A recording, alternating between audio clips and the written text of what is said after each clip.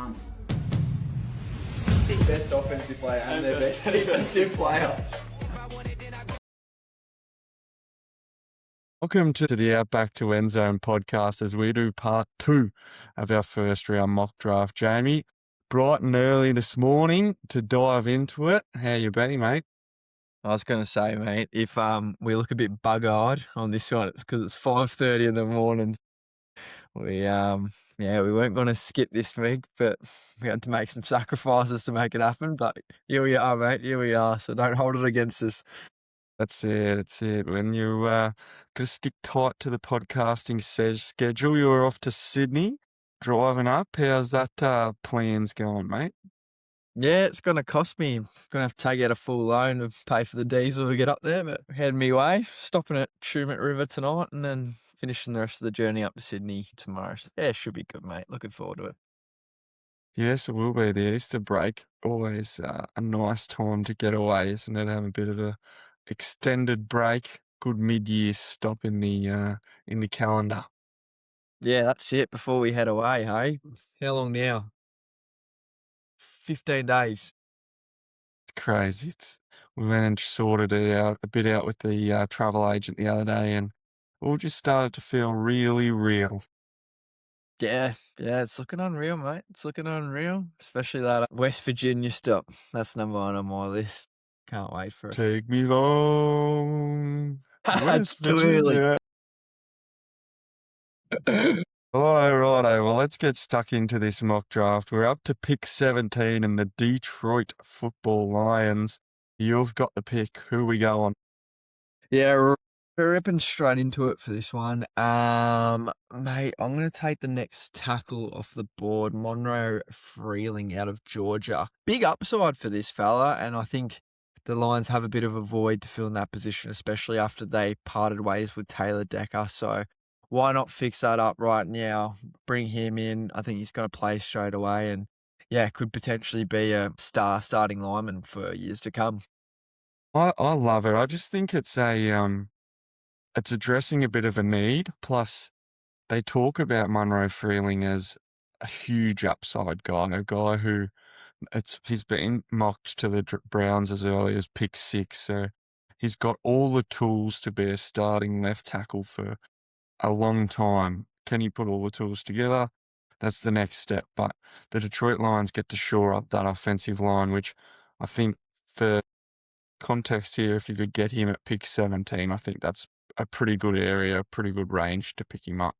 100%. There was something we haven't spoken about the back end of this first round. There is a lot of good tackle talents around here. So I think if you are looking for a talent, you are looking to address that need. It's a good time to be picking.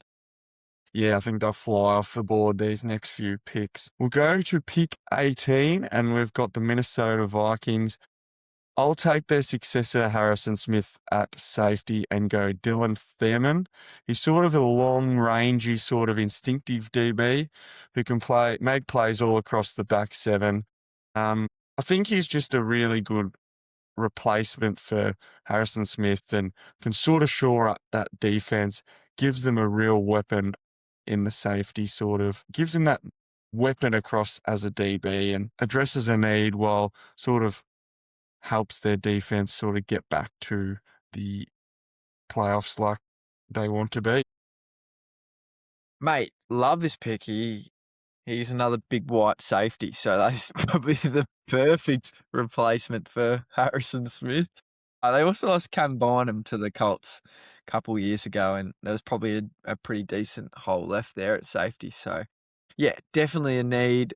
Probably you could make the argument that he's probably the best player on the board at this point in time as well. So, yeah, love that pick, mate. I think it's just an extra piece for Brian Flores. Like, he loves to get exotic on the back end with his blitzes and his different disguises. So giving him a real sort of chess piece to use in the back end of the defense, I think will be massive for them. Couldn't agree more. So next pick, we move it on to pick 19 with the Carolina Panthers. Mate, I'm going to have the Panthers taking some more firepower here for Bryce Young, drafting KC Conspicuon from Texas A&M. Big fan of this bloke, ripping afro as well, which is what you like to see. I just think he's going to bring the ability to separate before the catch, and that is something the Panthers are going to need going into next season if they want to take that next step. Obviously, picking a bit later in previous years, the Panthers here, but yeah, that first pick off the board, they're going to go offense. They're going to bring in a weapon. They're going to bring in a guy that I think can play straight away next year and make a bit of a difference. Obviously, in the off-season in free agency, they've gone out and shored up, made that defense even better. So I think it's just a no-brainer that they're taking a weapon early on. You sort of pair him up with Tet McMillan, Jalen Coker. You're sort of starting to build a wide receiver room there. It probably sort of means the end for Xavier Legette, but I love that Concepcion is that big outside receiver, can take sort of contested catches. For a shorter quarterback, I think that's a real asset for Bryce to just allow him to put it up and let the receiver go get it. Yeah, I'd say they would give Legette one more year run of it, where he'd be coming into his third season. He improved a little bit last year. He had 500 yards, but yeah, he hasn't lived up to that first round pedigree so far. So they definitely need another sort of 1B or sort of second option there. And I think KC is going to be probably the perfect option there. And if you're going into next season and Legette does improve, say he goes from 500 to 750 yards, that's a pretty good third wide receiver there. So Panthers is probably doing all right. Yeah, for sure, for sure. Next, we're back to pick number 2 for the Dallas Cowboys this first round at pick 20. So the Cowboys, we're going Keldrick Falk. They're going to focus on defense, I think, this draft, which isn't, it's probably stating the obvious a little bit, but we had them addressing cornerback in the first pick. The second pick, we're going defensive end. Kendrick Falk out of Auburn. He's a big 6'6" edge. He's big, strong. He has excellent length for the position, and I think he can just be a day one impact player, which the Cowboys, they don't have a first-round pick next year, so they're going to really try and pick pieces that are going to make an impact immediately. And I think Kendrick Falk really can help sturdy up that defensive line. They've already addressed it in the offseason with Rashawn Gary. They've got Kenny Clark there, so just adding another piece to that D-line to shore up the front four. They've got the back end help in Gerard McCoy. We've taken with pick 12. Making sure that offense doesn't have to score 50 points. It can only score 30 and win. Make it a little bit easier for Dak Prescott. I think the Dallas Cowboys, if they can address these two needs like we've got them doing early in the draft, they can really leave this draft and offseason feeling like they've got a real opportunity to push in the NFC East this year. What do you think?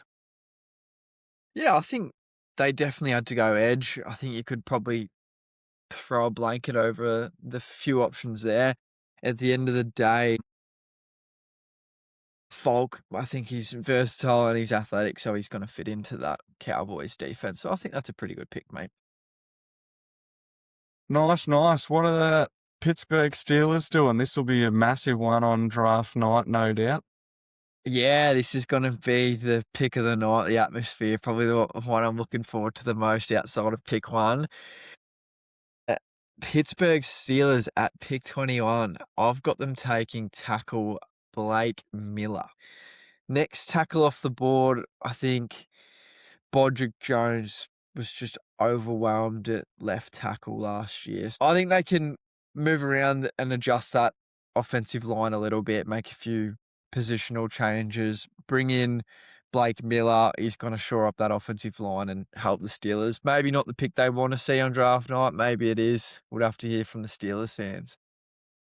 I think it's always the trenches is so important, and they don't really know who's going to be a quarterback next year. But if it is Aaron Rodgers, they need to make sure that front line is really set. Obviously, he's getting on in age, over 40 now, so he needs that sort of. He's a bit of a statue in the pocket, so to have that front line just secure, let A-Rod get back there and try and deal, or whoever's quarterback, if it's Will Howard, if it's a guy they pick, if it's Will Levis, who we mentioned earlier, but it's going to be a young quarterback or an older veteran who isn't going to be super versatile. So I think addressing offensive line can be a little bit boring, but yeah, I think it's the move. I agree. And bit of a side note there, I'm very sure that Aaron Rodgers is going to come back, and I would love to see Will Levis there. But I'm warming on the Will Howard starting second year. I'm really warming on it. Well, that makes one of us because I don't love it. He was a fifth round pick for a reason or sixth round pick for a reason. I don't think you can go in honestly planning your season with him as your only quarterback. I just think That's it's what the Browns are doing. yeah, but at least Shador started 7 games. They've got Deshaun Watson still there. They will address it with another pick or a free agent or a trade. You've got to just have options there. For the Steel, and also I don't think the Browns are thinking they're going to make the Super Bowl, whereas the Pittsburgh Steelers, you speak to their fans, they think they're going to win the Super Bowl every year. So if you go into the season with just Will Howard as quarterback, I just think that's so underprepared for the NFL season. They would be bringing in, if Will Howard is starting, and it would be a competing situation where they would bring in a Levis to compete for that number one spot. If And Will to be Levis fair, gets to compete he's there, winning it. Will Yeah. Levis is winning the job. Yeah, well said. Well said. For pick 22 to the Los Angeles Chargers, I'm going defensive tackle Peter Woods out of Clemson. He had a bit of a down year this season, Peter Woods, but coming into the year, he was mocked to go top 5, top 10. Clemson as a whole had a down year. Obviously, people thought they could be national championship winners, and they didn't even make the playoffs and lost a lot of games. So to get the interior guy who's coming off a little bit of a down year because of the whole team and the whole program had a down year. I think he's still got that really big high end upside to come in and give Khalil Mack a bit of support in the interior, shore up that D line and give them a real pass rush from the middle of the field. What do you think? Yeah, look, you had him a bit earlier on the draft board than I did. Back-to-back Clemson picks there, but it's another one of those as you said, he was projected to be top 10 pick in conversations earlier. Clemson had a bit of quite a strange year, to say the least. When I say strange, they were just shit, but I think Peter Woods, I'm not going to give you his full life story and his full backstory. I didn't watch him play too much last year, but if you say it's a good pick, But they were then too shit to be on television, that's why. I can't say I watched too much Clemson ball. So, yeah. No, good pick, mate. Good job. Moving on to pick 23, the Philadelphia Eagles. Mate, this bloke, I did watch play a little bit last year, and I think he's probably one of the most exciting O-linemen I've watched in a very long time, and that is Caden Proctor out of Alabama. Reason why I'm going to say he's exciting is because he sometimes plays running back. And I love when a big man plays running back. He was their sort of goal line. Can you imagine Philly running like some sort of tush-push variation here with Caden Proctor running the ball? That They'd might be have to next do level. something, wouldn't they? Oh, they seriously better. It might be their go-to play. It might be their first down play, especially when it comes to addressing needs. Yeah, I think this is a big need with right tackle Lane Johnson. He's under contract to 2027, but we know he's been in the league for like 13 plus years now. I think if Proctor's available at pick 23, you're addressing that need nice and early, and potentially bringing in a guy that's going to be your tackle for the next 10 years. So I love this pick, and yeah, it kind of scares me a little bit what could potentially happen with how they use him. They'll cook up. Yeah. I think that's what good teams do. That's what good teams do as well, is they address needs before their needs, and it allows Protect Proctor to come in, get, as you said, put in different situations, but not immediately needing to start. I actually was listening to Andrew Berry at the owners' meetings yesterday, and he was talking about the percentage of teams that had their offensive line, their starting 5 offensive line for every game. And it was like 10% of teams had their starting 5 offensive linemen available, like all of them. So it gives you that depth on the offensive line as well, which is so important. So while you can get tricky with him, I'm also sure he's going to start, whether it's at right or left tackle, as a nice swing tackle, which I know people say, oh, first round pick you don't want to use on a depth player, but it's your starting tackle for the future, and you've got to take them in the first round, because taking flyers on them in the later rounds can end up in a position where the Browns are and you don't have an offensive lineman on your roster. 100%. And look, I think if you are drafting to bring in a guy to start straight away, you just want to know that they're 100% going to be that guy. Whereas, like, I really like how many good linemen have you seen come through well, maybe not through the Browns, but I've seen plenty come through the Colts that have have sat 2 or 3 years behind, just being that sort of positional need when it comes to injury. As you said before, was Andrew Berry said before, there's always injuries on the O-line. I can't think of many years where the Colts haven't thrown someone out there where I'm like, who is that? To come in there and fill that position. What a great way to sort of develop for Caden Proctor. Develop for another year or two. Watch Lane Johnson, one of the best tackles of the last 15 years, work behind. I think too, I was listening to a podcast the other day too that said there was people hearing Proctor could go as early as 6 to Cleveland. So he does have that high-end upside. Yeah, that's what I thought too. I hope that's not an area we address. But yeah, it is. Yeah, it could be as high as pick 6, they were saying. Well, that's So scary because, yeah, you're picking next at 24, mate. What are the Browns doing there? if the draft board fell this way, I would be so happy. I know I went a bit controversial and took defense in the first with pick 6, which, prefacing my comments, if the board fell the way it fell, I would love us to trade down from that position, because I just felt we had to go best available, and I probably would hope to pick up one of the tackles and then or a receiver. But the way it fell with how we're doing this draft, I could either go Caleb Lomu, tackle out of Utah, or the wide receiver out of Indiana, Omar Cooper Jr. And I think that's the way I'm going to go. Omar Cooper Jr. He was Fernando Mendoza's one of his favourite weapons. He just is an all-round good receiver, can do a bit of everything. It gives whoever's playing quarterback a real weapon on the outside. I think he has the potential to be a real 1A, even if we just have 2 1Bs with Jerry Jeudy and Cooper Jr. as well. He follows the page, so that's another win for Omar Cooper Jr. But yeah, I just think it addresses that weapon need. It scares me that I haven't picked a tackle in the first round. Hopefully someone can fall, or we can trade up and get someone in the late first, but that's the way I think I would go. Boy, yeah, I would love to see someone put a money value on what positions the Browns are going to draft. And if you said defense and then wide receiver, I would be shocked. Omar Cooper on the board. How good is this guy? Like, we saw him at the very top of last year playing with Fernando. Absolute star. I think Mitch McCarthy said it best. He said, look out for him early.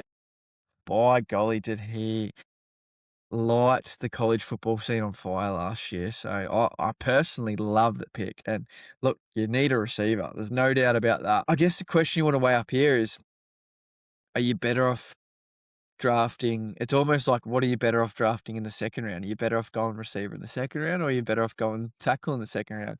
Still plenty of tackles on the board, but also still plenty of good options at receiver. So at the end of the day, I think just going best player available is not a bad shout for the Browns here. And yeah, I think you've picked a guy. So I'm not going to disagree with it, but controversial maybe. I think that's the thing. Like, I'm just looking here at Todd McShay's big board.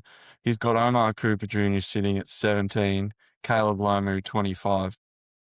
I think that's where we're just going best available player. It's a need. Wide receivers is as big a need as tackle is. So I think, yeah, plug in a number one outside wide receiver, a guy who can do a bit of everything, a guy who's as tough as buggery too, which I just love. No, not giving up on routes like a few other receivers that have wore the Browns jersey last year. Jury duty, but no, I didn't say Yeah, that. I was gonna say name names, name names. Yeah, no, we all know that was Jerry. There's no hiding from that. Come on, Jer. Gotta be better than that, Jer. Can't be giving up on routes. I love it. Pair him with Shador. That could be a combination of names we hear for a very long time. All right, moving on to pick 25, Chicago Bears. I've got this being more of a positional feel. Feeling a bit of a void there at safety. They're going to take Emmanuel McNeil Warren out of Toledo, senior, out of Toledo. I think great size, good length. Made a few big plays last couple of years as well. Yeah, I think this is potentially even an upgrade. I'm filling that void. Yeah, and I like it. It's another one. It's funny how the mock drafts always sort of work and how a bit of groupthink happens, but a lot of people are mocking Emmanuel McNeil Warren. He sort of seems like he's that versatile safety that can sort of be used in the back end of a defense. And there is that clear need at Chicago after they lost both their starting safety. Yeah, so they lost Kevin Byard in. They lost a couple of, I'll just say a couple of DBs. They lost a couple of sort of guys out of that defensive backfield in free agency this year. So it's sort of a position of need. Value seems about right at pick 25. So I think it's a bit of a group think, this one, but it's a group think for a reason. Yeah, 100%. Byard and Brisker going out the door. So, yeah, I think bringing him in is a great little upgrade. Moving on to pick 26. You are And picking for the the Buffalo Buffalo Bills. Bills. I'm going Venga Ayane, who is in so many big boards. He's a guard, but he's in so many big boards as like a top 10 player. It's just he plays guard, so he falls. And I think if the Buffalo Bills can wrap him up here, that would be a absolute slam dunk steal. Shoring up that interior line for Josh Allen and the Bills. It's not a pretty pick, but he is a really powerful line. Is good in both the run game and the pass game. As I said, it's an offensive guard, so you're getting a top 10 talented player at pick 26. So I think it's an absolute steal. And if they could walk away with this, I think it'd be one of the picks of the draft. Yeah, great pick out of Penn State there. Obviously, they didn't have a fantastic season, but it wasn't to do with anything to do with him. Bills shore up that guard position. That's a positional need for them. So, yeah, great pick. You saw your Colts picking guard early in a draft a few years ago. Like, who did they pick? Just so I don't sound like Quentin a Nelson. dumb cunt. Yeah. You saw your Colts picked guard early in Quentin Nelson a few years back, and it's not a pretty pick, but when you just have a guy who you can plug in, who can be a pro bowler for years and years to come, it's such a just safety net, isn't it? Yeah, well, we went even earlier. Quentin Nelson was like pick 7 or so. I think we traded down, drafted him at pick 7. But, I mean, he was one of the best guard prospects that have ever come through the draft. So, I think that's a little bit different sort of comparing to taking a guard at the back end of the first round. But at the end of the day, it is the back of the first round. So if you get a great guard here, I don't think it's too early. If we were having this conversation about taking him in top 10, then I think it'd be a little bit more concerning, but yeah, I think it's a good pick. Can't go. You're right. Having a good guard and having watched Quentin Nelson for the past 6, 7, every time seasons, he is the most exciting. He's such an exciting player to watch because I just love watching him bulldoze holes for Jonathan Taylor. It's great to watch. Righto, number 27, the San Francisco 49ers. I'm going to take the first tight end off the board here for the Niners, and we are going to draft Kenyon Sadiq out of Oregon. Clearly the best tight end in this draft. I am excited for this one. I think George Kittle is going to Is He just he can't even stay gonna on the play? park, can he? Like, we love Yeah, George Kittle, but he just can't stay love. on the park. Yeah, and I don't think he's gonna be available for the start of the season, and if he miraculously is, then there's every chance he's gonna be going down again, and, hey, you can have 2 tight ends in the room. You can have 2 quality tight ends there. George Kittle, one of the best blocking tight ends in the league as well, so I think Sadiq, athletic, fast, big, bring him in. He's another option on offense for the Niners. And as we saw last year, options was something they lacked. They've brought in Mike Evans, who's going to be a massive need for them and it's probably going to be their number one option on offense. But at the end of the day, they've lost. Jawan Jennings is probably going to leave. They lost Brandon Ayuk, not that he's played for the last year and a half, but they need options. They need weapons. I think he's a good target to have. It's funny. Again, I love this pick. I think it's, again, one of the picks of the draft. But it's funny how the good teams at the back of the first round always end up with. You have all the teams at the front of the first round pick on need a little bit, and then good A-grade talent players like Kenyon Sadiq just fall to pick 27 or whatever here is just crazy. But he automatically comes in and is a number one tight end, number one weapon. Well, as we said, with the Eagles pick earlier, you plan for the future as well to go over and take over George Kittle. I would if they could do this, I would absolutely love that. I was sort of looking at it in the next few picks with my picks too, with Kenyon Sadiq, but he's got to go at the end of the first round. He could go a hell of a lot higher too. Don't be surprised draft day, but great pick here at 27. I'm going to pick 28. I don't know if this is allowed. I don't think I think we said at the start of the draft we weren't doing trades, but I'm doing trades. Fuck it. No, he's trading. What? You I'm can't doing start a trading trade. now, can we? Yeah, I'm doing a trade, and it No, you is. trading. You're not trading with the Browns, are you? No, I'm I'm trading with the logging off with your Arizona trade with the. Cardinals, and the Arizona Cardinals are trading into the first round to take Ty Simpson, quarterback out of Alabama. What? I saw a thing online the last couple of days that the Houston Texans have traded back a ridiculous amount of time, so that's why I'm allowing it to happen. They're a team that I think Ty Simpson goes at the back end of the first round, and it's going to come from a team trading back into the first round to take him, because obviously if you're one of these teams picking late in the first round, you've already got your quarterback. I think 28's a really good spot for it with the Houston Texans. So Dan Orlovsky's number one quarterback. I think everyone else is number two, but Ty Simpson, a little bit about him. He had a stretch there during the middle of the season where they beat 4 ranked teams and he absolutely balled out. They had 0 run game this year, Alabama, which is wild because Alabama normally have those big, strong tailbacks like Derrick Henry, but they had 0 offensive line, 0 run game, and he just battled in there. His big question mark is his lack of height, and he only had 15 games as a starter this season. So has 15 games as a starter in his career. So he hasn't got a lot of tape out there, but I think at the back of the first round, sitting behind Jacoby Brissett and Gardner Minshew, he's not forced to start straight away.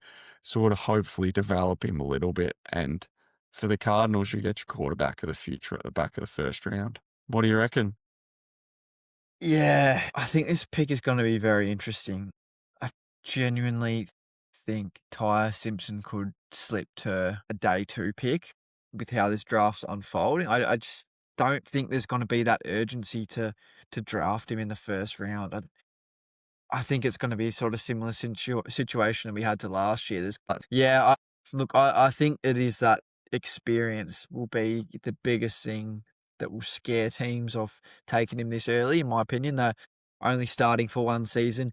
His height, I find this interesting because he's not actually that small. Like he's listed at 188 centimeters. So what's that? Like 6'2", 6'1", I think. Yeah, 6'1", but he looks a lot smaller than that when he's out in the field, doesn't he? So you never know what's true when it comes to these height listings. Rightio.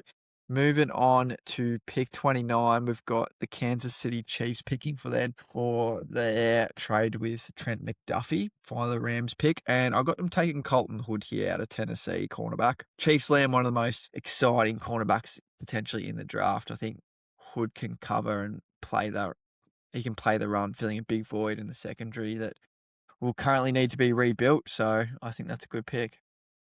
Yeah, I like it. I think you're addressing the hole that Trent McDuffie left. Yeah, it gives you that the piece in the backfield defense in the secondary. Yeah, because they lost both their corners too, didn't they? Yeah, both corners went to the Rams, didn't they? Yeah, yeah. So I think that's a good addressing a need. And that's sort of the way that the Chiefs have been successful into this sort of Pat Mahomes era is they coach blokes up, they leave in free agency or trade, and then they readdress it back in the draft. So Colton Hood heading to the Chiefs, I like it. Awesome, mate. Dolphins pick 30. Who you taking? Dolphins. We had the Dolphins pick 30 here, and we had them picking Mansour Delane with their first pick cornerback. Again, I think it's just best player available at this sort of time because you look at the holes on their roster, they're everywhere. So I'm going to go just best player available, and that's TJ Parker, edge from Clemson. Again, had a bit of a down year, as all of Clemson did. Peter Woods, who we had going a little bit earlier, but I think he has that sort of A-grade talent there and can just shore up that defensive line, gives them an edge rusher that they can build around for the future. Yeah, love this pick, mate. Love this pick. Once again, Dolphins can't really go wrong on what position they draft in. Just take Pick one of the best anyone. players. Yeah, pick anyone. Just be healthy and be on the park. Moving on to pick 31 for the New England Patriots and Bronco Benny. This pick's for you, my friend. We're sure enough. We're fixing up that O-line for the Patriots after our great man Bronco Benny was very well let down by their offensive line playing the Super Bowl. So we are taking Caleb Lemieux at pick 31 to the Patriots. Yeah, that's it. Sort of shoring up the O-line is always a good thing to do, and Bronco Benny, he knew he needed to fix that offensive line. Hopefully, Will Campbell can have a little bit of a bounce back too. He obviously struggled in the Super Bowl, but he showed glimpses in his first season. So put him out there, a tackle with Will Campbell. I think, yeah, that's a nice safe pick. Pick 32, the Super Bowl champion Seattle Seahawks. I'm going to go interior defensive lineman Caden McDonald out of the Ohio State. When we spoke with Seahawks Sam, he spoke about just addressing, sort of solidifying the strength, and their strength last season was their defensive line. And to get, again, best player available on my board here, Caden McDonald, to just shore up that interior, I just think make your strength your strength. Bring him in to do the dirty work. I like that pick. Gives you a bit of future planning as well, and he's not going to need it to be the man straight away. You can sort of put him in for certain packages and keep your D-line fresh and just ruining games like they did in that Super Bowl. Yeah, absolutely. They're going to do it again. Hey, it's going to be interesting to see how the Seahawks come out this year and what they're like with, obviously, their team's been gutted a little bit, as a lot of good teams tend to sort of experience after winning a Super Bowl. But yeah, I think that pick is a good pick, mate. So that wraps us up. That's our mock draft. We're done. That's our first round, yeah. So just quickly, before I fuck off to work, what was your favourite pick there of the back end of the first round? Geez, you caught me off guard with the trade. I was really not ready for that. My favourite pick, I'm going to go with the Caden Proctor pick to Philly. I just think it's so smart. It's just addressing a need so early, and it's a bloke that could be the best tackle in the draft. So as much as I hate seeing Philly keep shoring up that offensive line, They Just also have the frustrated you. best offensive line coach in football too, so you just know that he's going to be a gun. 100%. What about for yourself? Who was your favourite? My favourite was, again, picking a guy for not just this year, but for the future as well, and it's Kenyon Sadiq going to the 49ers. I think he's just going to be a gun weapon. He's so athletic. He could go as high as in the top 10, so to get him at pick 27, I think is an absolute steal. It's just, that's what happens, I think, sometimes with tight ends is they can sort of just fall because teams want to go edge or they want to go tackle or it can address holes, and it just feels like a complete free hit for the Niners at the back of the first round to just get a best player available and a guy who is going to be a huge weapon for him. So that was the pick of the back end of the first round for me. Love it. Both my picks. So I'm a better GM. Yeah, well, good drafting. Very good, mate. Well, I better take off. Enjoy Sydney. Enjoy the long weekend, my friend. We'll keep the content coming thick and fast over the next few weeks. We have a very exciting guest next Tuesday. Oh, mate, I'm so excited. I'm so excited. All right. We'll see you around like a result. See you around like a result.